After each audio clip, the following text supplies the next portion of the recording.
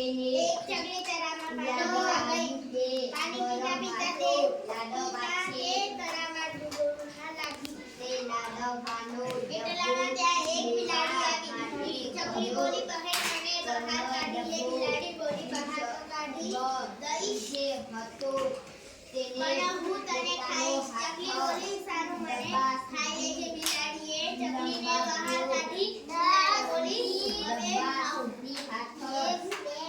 ચકલી બોલી પહેલા મને સુકાઈ જવા દે પછી મને ખાઈ તમારા મોઢામાં ફસાઈ બિલાડી રાત જોતા બહાર સૂઈ ગઈ. પહોંચી શકાયો નહીં ચકલી દાંત ખોટીને બેસી ગયો ઉડી ગઈ. ત્યારે જો તેની મમ્મી આવી આવી તે મને લાડવાનું ડબ્બો ઉતારીને આપી દીધો.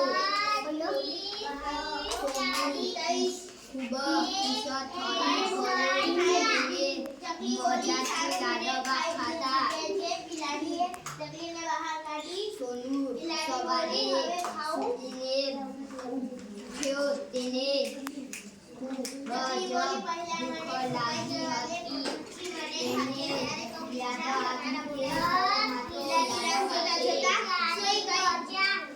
તે લાડવાનો ચકલી ડબ્બો લેવા